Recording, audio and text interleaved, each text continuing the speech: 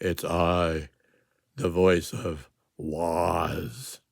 Was you the one who did it? Was you? Were you? If you were, Sherlock's coming to get you. He's going to get you good. And he's going to use magic if he has to, because he's got a good friend named Harry Houdini. Harry Houdini shows up in my very first novel, The Baker Street Universe, which, by the way, if you buy it, you'll earn a star from me in heaven. And Harry and Professor Challenger, you've seen him before in movies, Harry Houdini. And Dracula is part of their team now, along with Watson. And all these little guys were introduced in my first book, and more, and more. I've incorporated a lot of characters from different ages of time of literature, of course, who are out of copyright, and incorporated, and living people like Mark Twain. I've had Mark Twain in a series of books about the Wild West, Calamity Jane, and Jesse James, and all that kind of stuff. And they've been fun to write. And I'm looking forward to doing more like that. But I'm also doing other things now, too. As I said, soon I'm going to start doing podcasts. So soon is a relative term. It's like, soon you'll feel better. Yeah, right. I've got a migraine. It's been there for a year. No, I'm kidding. Not me. But there are people like that. I mean, so soon for them would be a year when it's over. As soon as when it's over. So I've learned to be very, patient with a lot of things that are not comfortable, because sometimes you can't change circumstances. You have to deal with them by being patient and kind. And that's something that's missing in this world.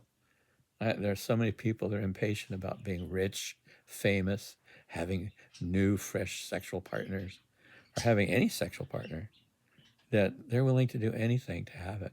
It's like all those scammers on the internet. I get so much scam mail from people saying, "Oh, we want to hear you as an author and how you think and how you created. So bad. Would you please join our club and speak to us? And we won't charge you anything to do it." And then as I proceed a little bit along the way, they suddenly come up with a charge.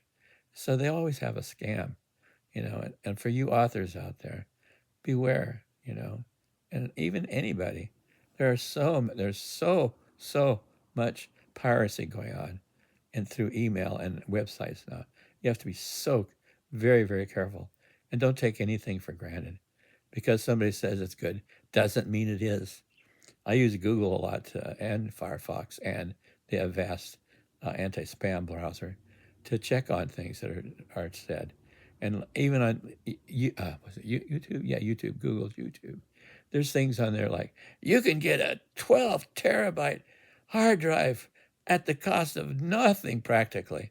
And when you click on the link, it's a pirate site. They've got another one in there too, like that. I can't remember what it was. Oh, for a shaver that shaves your head bald real well. Same thing happens. And yet Google keeps running these ads.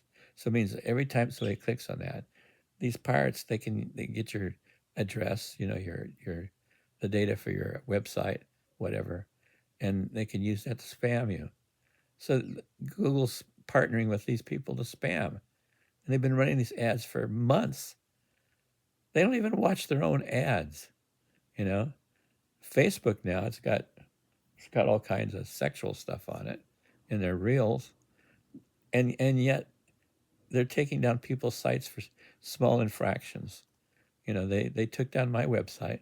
It got hacked. They wouldn't even tell me what it was. I couldn't even defend myself. They just shut it down. If I had more money, I'd sue the hell out of them. It's so dishonest and unprofessional. But that's these big guys, the big corporations, the big media people. They got so much money they can lie backwards and forwards and get away with it because they got lawyers up the kazoo. And that's stuff I deal with in my stories too, is people of power who misuse it, and then them being brought into accountability. I think that's why a lot of us like these action movies, where the villains get their just resorts, just what do you call it? Just fruits, just desserts, in the end. And in my books, the villains usually get their just desserts, not necessarily by death, but in some way. I have this cool device I use where somebody, if they're really a supervillain, like Hyde, who's an energy being that was separated from Dr. Jekyll, and that's my version of him at least.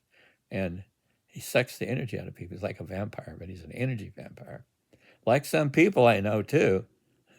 Haven't you ever been around somebody, the longer you talk to them, the more tired you get? There's energy suckers in people too. It's not quite so obvious, and it's not nearly as scary.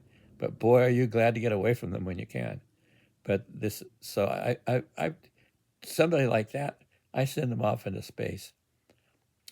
Queen Mary of Scots, who's the gracious ruler of Victorian London in my Parallel Worlds Baker Street Universe series of stories. She's a admirable woman. She's an adventurer and very well studied and intelligent, just like Professor Challenger, who's also her boyfriend.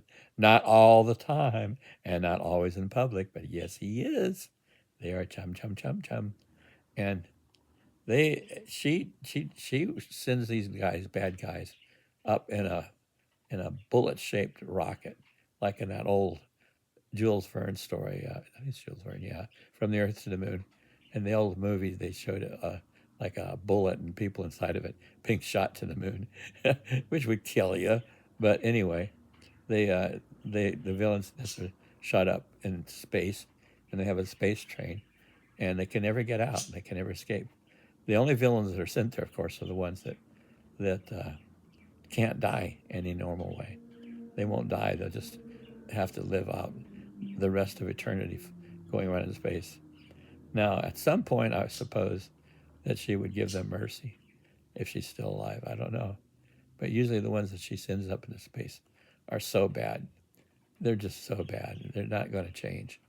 And, you know, in real life, there's a reason why authors write people like that, because in real life, there are people that don't change. I know, I remember, boy, this is getting long. I remember reading in a book on psychology that most people's personalities form by the age of 2. So if a person's cruel when they're young, the odds are they're going to stay cruel. And I think we know some of them in politics today that are like that, have come from backgrounds where they were treated cruelly and and mistreated in unkind ways.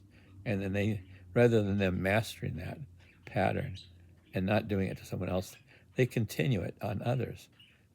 Their egos can't handle having gone through it, and they become less than human in many ways.